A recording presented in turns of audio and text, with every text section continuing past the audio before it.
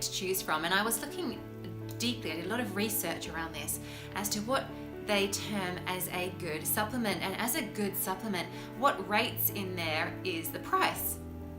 However, the most common ones on the market worldwide that I have seen so far in the Western world is the fillers and the binders. And they will actually list fillers, binders. And you want to avoid those fillers and binders, because what's a filler and a binder? It means you think that you're buying a supplement that's this size, but actually it's minuscule. So they're filling it with other things like sand, tree bark. And there has been some studies though that say that tree bark does help with fertility. So it depends on what tree bark they're using. Maize, it's a cheap filler. Rice, cheap filler like rice flour. Sometimes they fill it with potato, like some probiotics are filled with potato. You don't want that. So look at ones that don't have fillers and binders. It's purely the supplement, and then you've got the outside casing, which again needs to be healthy too. So looking at that, you then want to avoid things like titanium dioxide. We don't want certain E numbers either, so be careful of that, and certain preservatives.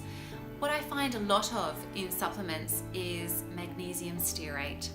This is a toxic lubricant, and it's a toxic lubricant that makes the machines churn out that supplement faster.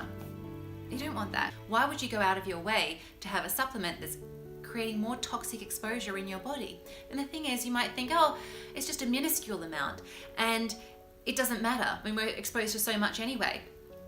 True. But it does matter because we're exposed to so much anyway. It's the accumulation of toxic exposure.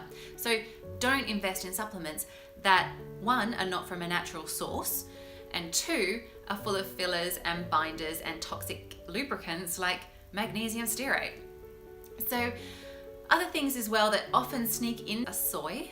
It's not ideal to be having soy. Soy is estrogenic, and that means that it's going to be affecting your hormones. And a lot of us are estrogen dominant nowadays because we have exposure to so many xenoestrogens, fake estrogens, like the fumes from paint, from hairspray, from new furniture, from technology, from plastic drink bottles, from tap water. All these things add up. So it's important to not get that additional exposure of having soy in any food or any supplements ever. Yeast as well, it's a cheap filler. We don't want it. A lot of cheap supplements will use a B12, a synthetic B12 in the form of yeast. That's not ideal either. We want to have good quality vitamin B12. B12 is giving us energy. It's crucial, it's vital. It's one of the fundamental vitamins that we need. So it needs to be of a good source, not a cheap source. So you need to have a look at what your ingredients are. So having a look when they tell you, vitamin C, it's in the best form would be a natural bioavailable vitamin C. What's rich in vitamin C? Camu Camu, which is a superfood. Kakadu plum in Australia. Rosehips, rich in vitamin C. Lemon, obviously. So all these things can help. Baobab can also help. It's rich in vitamin C. These are natural forms of vitamin C. You don't want to have ascorbic acid. It's a synthetic form. Synthetic supplements mean, oh, your body has to work so much harder to try and get the nutrients out of it. So we're having the supplements to give us energy, not to take energy away.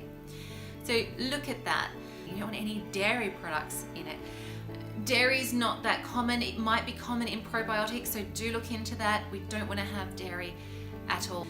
So that's it in a nutshell when you're reading your supplements. Again, you want it to be organic and bioavailable. So if they're saying it's vitamin E, but from this source, then look up what that source is. Is it synthetic? Is it made in a lab, or is it natural?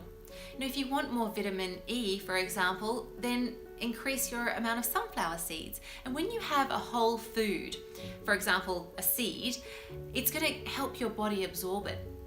If you want to have rich amounts of potassium, magnesium, and calcium, which is essential for healthy bones, because it will also help to process that vitamin D, then you want to have things like sesame seeds or tahini, that grounded sesame seed spread. So it's looking at ways that you can actually absorb it into the body. There's no point just having supplements that you're hoping are doing a good job and they're not. If you've enjoyed this video, please like and subscribe. Thanks.